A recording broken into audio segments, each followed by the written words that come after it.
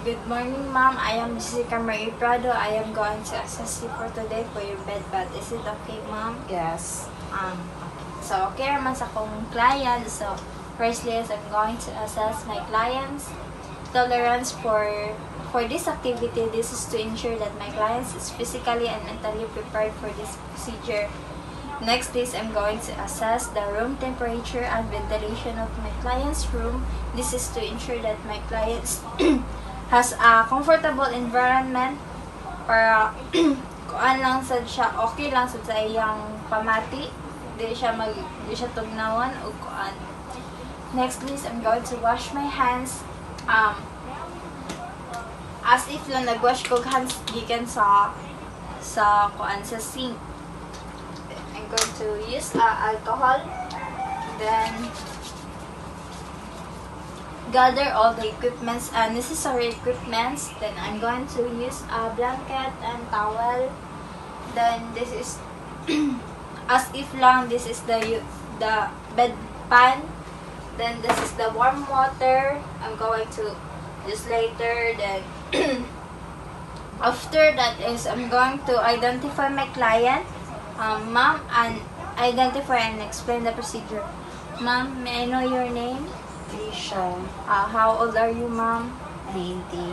So, I'm going to conduct a bed bath for you, ma'am. This is to feel you fresh, dahil ka na para comfortable ka sa imong pamati. Next is I'm going to offer a bed urinal if my client is male, or then I'm going to offer a bed pan for akong client kay Baiman. So, are you going to mag-CR ka karon, ma'am, or mag-kuan ka, ma'am? Lele. So my client refused to use a bed pan kaya dito siya gusto mag-CR or manhi. Then sa privacy sa patient before ka mag-offer sa bed pan. Then after that is I'm going to adjust my patient bed for the working height position. This is to para dili ko maglisod og abot sa akong pasyente og dili po siya maglisod og kuan sa akong taas sa pressure. Then next is I'm going to place a blanket over my client's top sheet before removing the top sheet.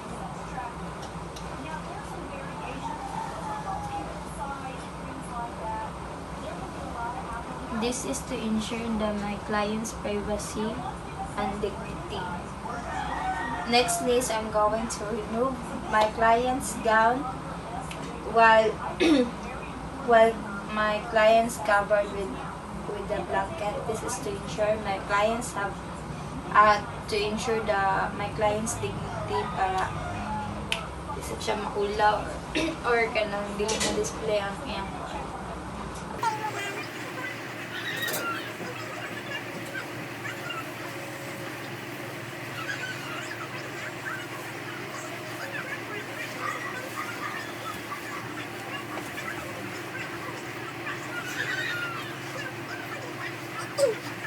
Next is I'm going to pull side rail up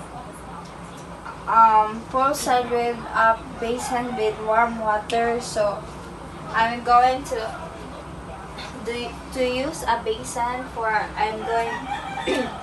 I'm going to use a basin para akong butangan sa warm water para dili mo kuan ang pasyente.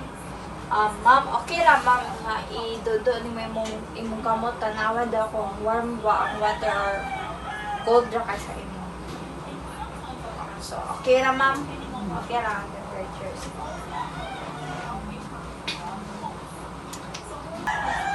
Next is I'm going to place my client in a semi-fowler position and remove pillow if permissible. Okay ra, ma'am. Remove ko sa pillow mo, ma'am. This is to ensure that my client is comfortable and secure during the procedure. Ma'am, pwede ko mag... Eh, ana. Then I'm going to place a blanket, I'm going to place a towel.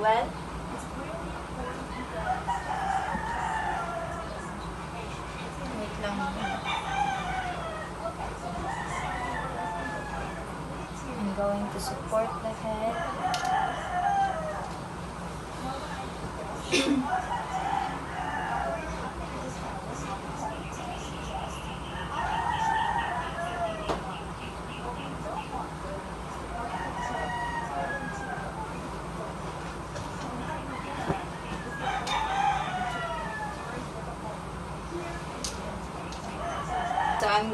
So next is I'm going to wash my patient face, ears, neck, and I'm going to rinse with the warm water and pat and then dry. This is to ensure the gently cleansing and drying of these areas to maintain the skin hygiene.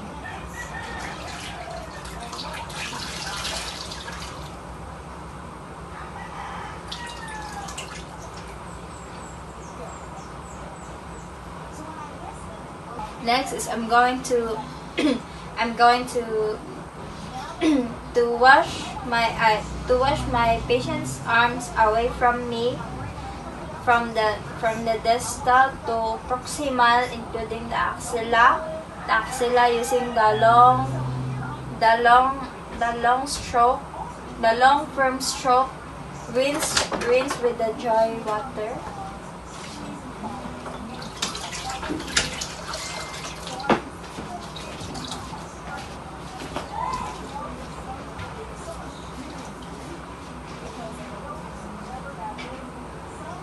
This is to prevent the contamination of the proximal and the distal. Okay.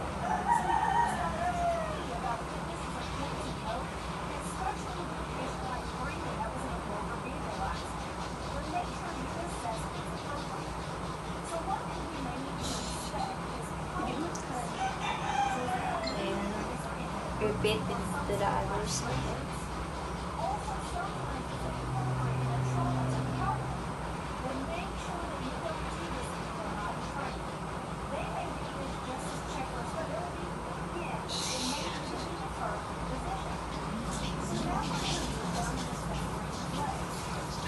I'm going to wash my hands. I'm going to wash my patient's hands using the basin. Mom, hello.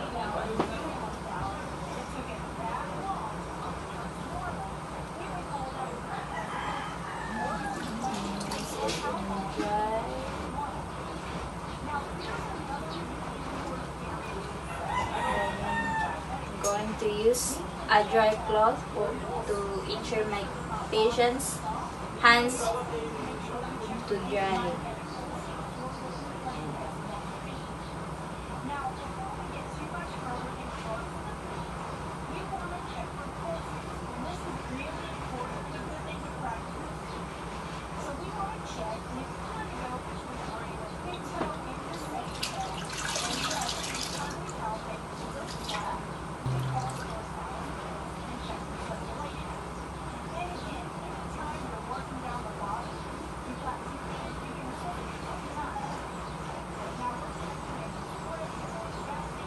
This is to prevent the contamination of my client's hands.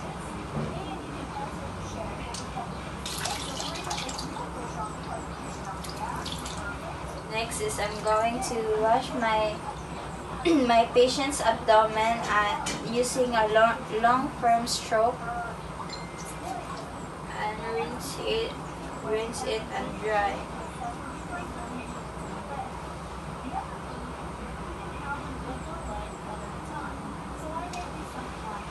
Kusang itaas ng ha.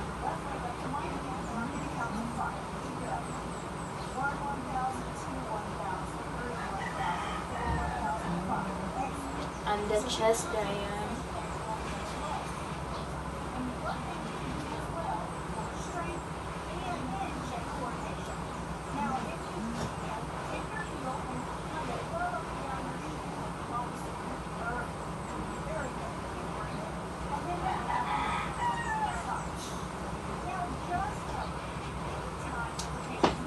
So next is I'm going to wash my patient's feet using a long firm stroke.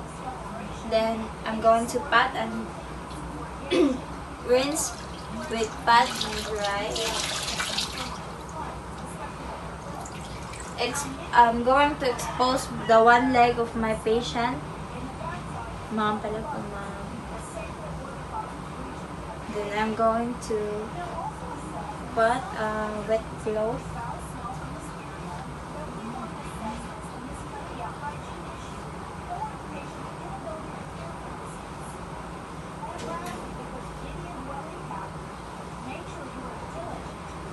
Repeat in the other as the side.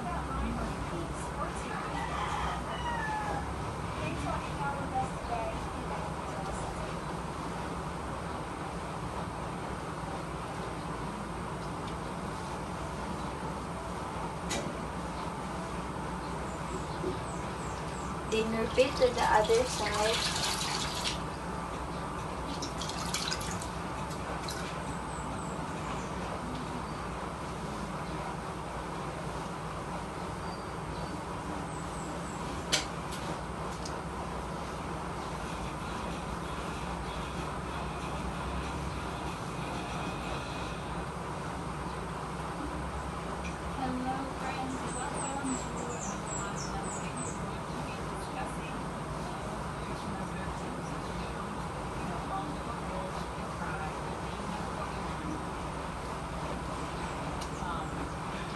Next is I'm going to wash my patient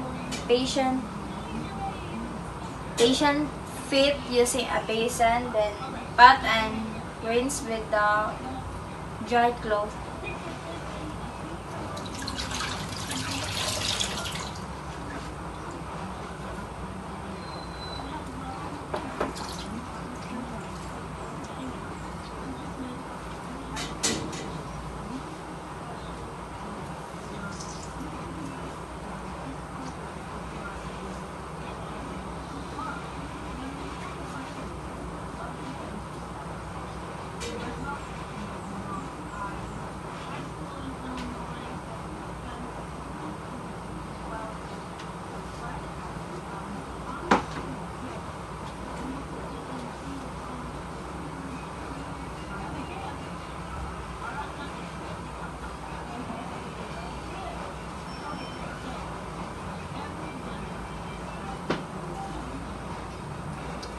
Next is I'm going to change the water to prevent the contamination. Kato kung nagamit ka ganiya para dili ma-contaminate ang iyang ang the other parts of the body. So I'm going to change the water.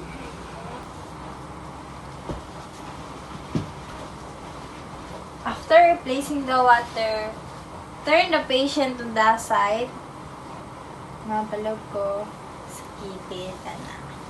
Then place a towel at the back. Then wash the back and the buttocks with long firm stroke.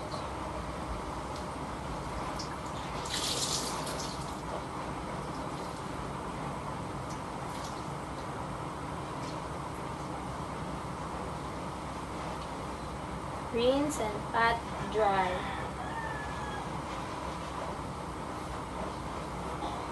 Make sure to drip the patient. Then I'm going to dry.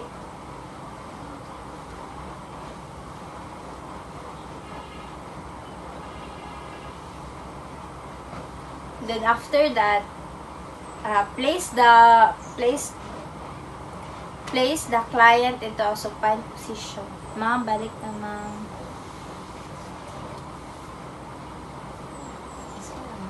Okay, basta.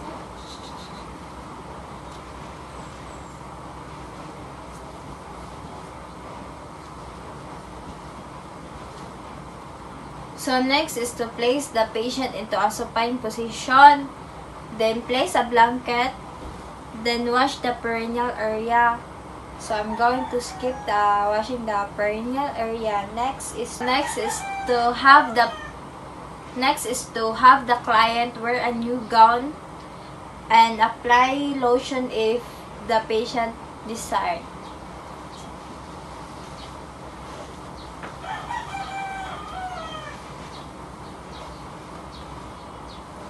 Ma'am, magsuot out na.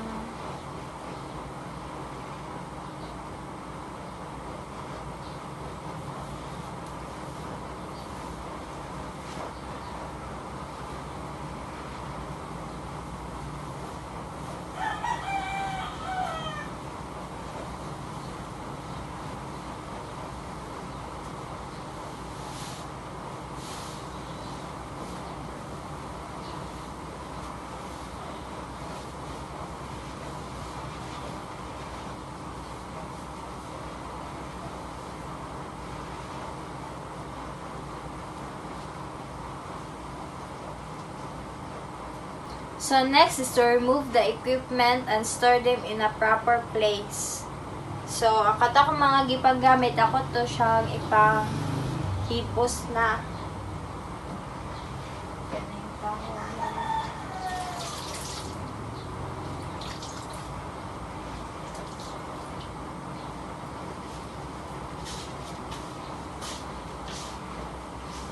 Ay, tara sa dahil ng book.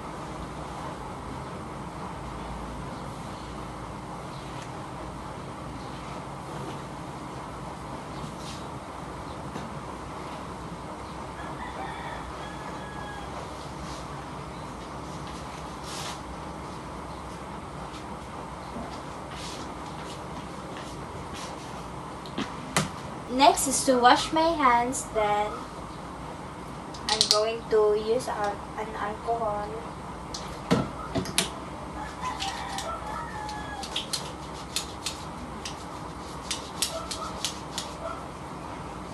Then evaluate my client's comfort. Ma'am, okay na ka, ma'am? Fresh na yung pamatikan, ma'am. Wala kay laing gibati nga kanang discomfort ka or distress. Wala. So okay naman ako patient. So next is to document the procedure. So okay naman ka, ma'am da. So that's all. Thank you.